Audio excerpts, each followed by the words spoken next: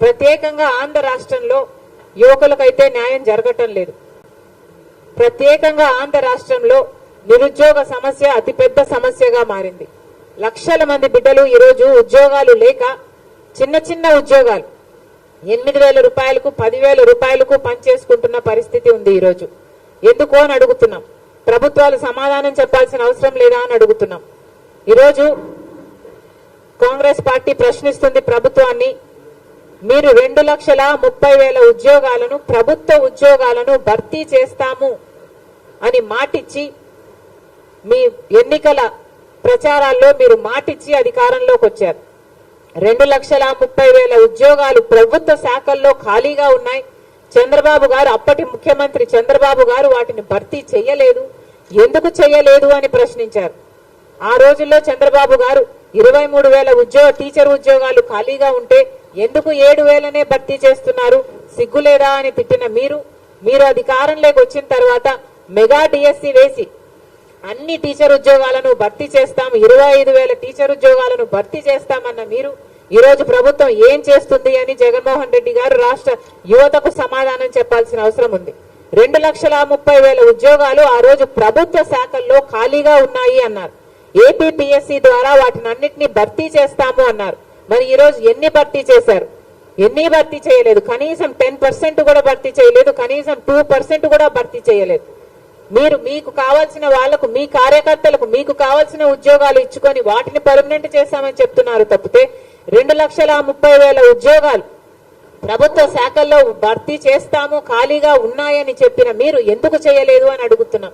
కనీసం మీరు చేయకపోగా, బిడ్డలకు సమాధానం ఇవ్వకపోగా ఈరోజు మెగా డిఎస్సి వేస్తామని చెప్పిన మీరు 2,30,000 ఉద్యోగాలు ఒక పక్క వేయకపోగా ఈరోజు 23,000తో మెగా డిఎస్సి వేస్తారు అని 5 సంవత్సరాలుగా పిల్లలు ఈ రోజు వరకు ఎదురు చూస్తూనే ఉంటే ప్రభుత్వం ఈరోజు చేసింది ఏమిటి అంటే ఒక దగా డిఎస్సి 6,000 ఉద్యోగాలతో ఒక దగా డిఎస్సి విడుదల చేశారు. ఇది ఎక్కడి న్యాయం అని అడుగుతున్నాం. ఆ రోజు 7,000 ఉద్యోగాలు చంద్రబాబు విడుదల చేస్తే టీచర్ ఉద్యోగాలు సిగ్గులేదా అని మీరు తిట్టారు. మరి మీరు 6,000 ఉద్యోగాలే భర్తీ చేస్తున్నారు అంటే, దానిల కోసమే మీరు పరీక్షలు నిర్వహిస్తున్నారు అంటే, అంతకే మీరు నోటిఫికేషన్ ఇచ్చారంటే, అది కూడా ఇంత ఆఖరి మూమెంట్ లో ఇంకా ఎలక్షన్లు 2 నెలలు ఉన్నాయి అనంగా మీరు విడుదల చేశారు అంటే మీకు ఏం చిత్తశుద్ధి ఉంది అని అడుగుతున్నాం.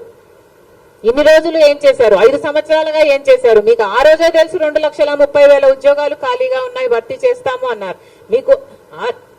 మీకు ఆ రోజే తెలుసు 23,000 ఉద్యోగాలు టీచర్ ఉద్యోగాలు ఖాళీగా ఉన్నాయని తెలుసు. మరి 5 సంవత్సరాలు మీరు ఇవ్వకపోగా లాస్ట్ 2 నెలలు ఇచ్చారంటే మరి ఇన్నేళ్లు ఏం చేశారు? మీరు గుడ్డి గుర్రాలకు పళ్ళు తోమారా?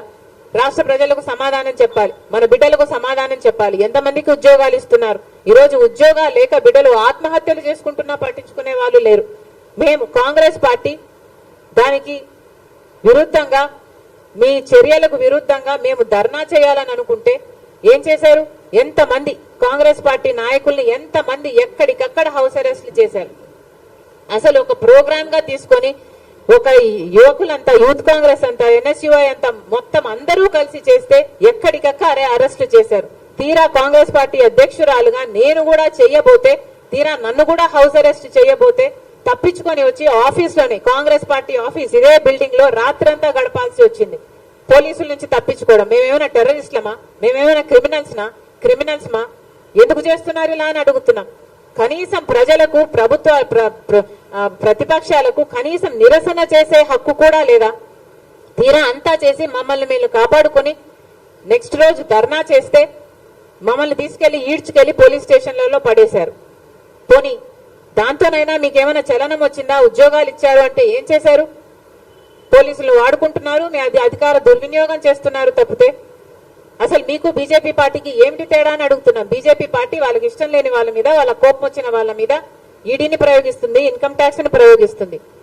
మీరు కూడా అంతే కదా, పోలీసులను ప్రయోగిస్తున్నారు. మరి మీరు బీజేపీ వారసులు అని మీరు అనిపించుకుంటున్నారు కదా, మీరు బీజేపీ వారసులు కాకపోతే మరి ఏమిటి? ఇది ఏం పద్ధతి అని అడుగుతున్నాం. బీజేపీ పార్టీ యువకులను మోసం చేసింది 2 కోట్ల ఉద్యోగాలు సంవత్సరానికి ఇస్తామని చెప్పి. ఇక్కడ జగనన్న గారు కూడా మన యువకుల్ని మోసం చేశారు. 2,30,000 ఉద్యోగాలు మన యువకులకు ఇస్తామని చెప్పి.